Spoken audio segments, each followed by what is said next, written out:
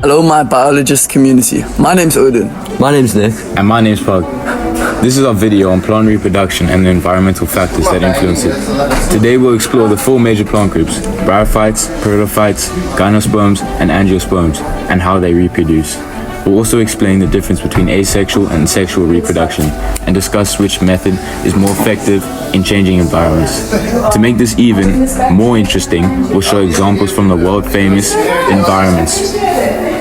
Kirstenbosch, Botanical Gardens in Cape Town, home to a variety of plant species from different environments. Abiotic factors and their impact. Plants rely on their environment to grow and reproduce. At Kirstenbosch, we can see how different plants are adapted to abiotic factors like light, water, and temperature. With light, sunlight is essential for photosynthesis, which allows plants to produce food. Light also affects flowering some plants like Kirstenbosch, just like the king protea, and they bloom best in full sun, while others, like ferns, thrive in the shade of the forested areas. Water. Water is crucial for plant survival, but some plants require it more than others for reproduction. Mosses and ferns, which grow in the wetter sections of Kirstenbosch, rely on water to transport their sperm to the egg. In contrast, plants like the feignboss species, such like ericas, can survive in dry conditions and rely on wind or animals for reproduction. Last one is shade. Shade plays a significant role in plant distribution. Some plants, like ferns and mosses, thrive in the cool, damp understory of forests, where direct sunlight is completely limited. Others, like certain orchids, have adapted to growing in the dappled light beneath trees.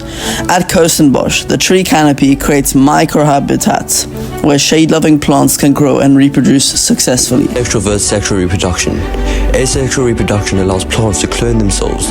At Kirstenbosch, many succulents like aloe species reproduce through offsets, where small baby plants grow from the base of their parents. Other plants, like speckworm, can grow from cousins, making them easy to procreate. Sexual reproduction involves two parent plants and creates genetic variation. This happens through pollination, fertilization, and seed formation. Many plants at Kirstenbosch, such as red desert orchid, depend on specific pollinators, like sunbirds, for fertilization. Which is better? Asexual reproduction is useful for rapid spread, but sexual reproduction is better for adapting to changing environments. The biodiversity at Kirstenbosch shows how plants use both strategies to survive. The four plant groups. Bryophytes are small, non-vascular plants that grow in damp areas. In Kirstenbosch, you can find mosses growing in shaded, moist sections near waterfalls and streams. They do not have true roots and absorb water directly from the surroundings. Water is essential for their reproduction because their sperm must swim to the egg instead of seeds. They release spores that travel through the air to grow new plants. Pteridophytes. Pteridophytes are vascular plants that also rely on water for reproduction. In Kirstenbosch's trees fern section, large southern African tree ferns can be seen growing in shady, humid environments. These ferns produce spores instead of seeds, which are found in the underside of the fronds in the structure called sora. When the spores land in a suitable environment, they grow into a new plant. Gymnosperms. Gymnosperms are plants that do not need water for reproduction. At Kirstenbosch, you can see rare and ancient cycads, such as the wood cycads, which is one of the rarest plants in the world. Gymnosperms can use wind pollination to transfer pollen from mate cones to female cones, and they produce seeds instead of spores. These seeds are often dispersed by birds of wind. Angiosperms. Angiosperms are the most diverse plant group, and at Kirstenbosch is filled with stunning examples, including proteas, ericas, and restios from the Cape Floral Kingdom. These plants reproduce using flowers, which attracts pollinators like bees, butterflies, and birds.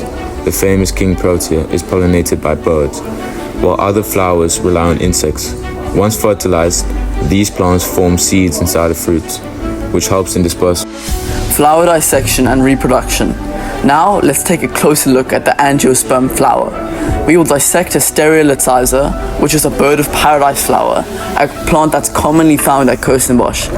The reproductive parts of the flower include the stamen, which produces pollen, and the pistil, which contains the ovary and receives pollen. Pollination occurs when the pollinator, like a sunburn, transfers pollen from one flower to another.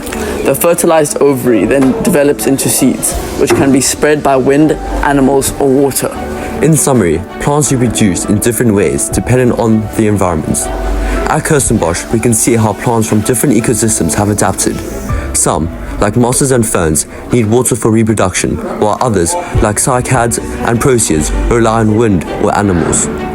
Asexual reproduction allows quick growth, but sexual reproduction helps plants adapt to environment changes. Understanding these processes help us appreciate the diversity of plant life. Thank you so much for joining us on this wonderful journey learning about plants and their diversity. Just remember, Pug loves you.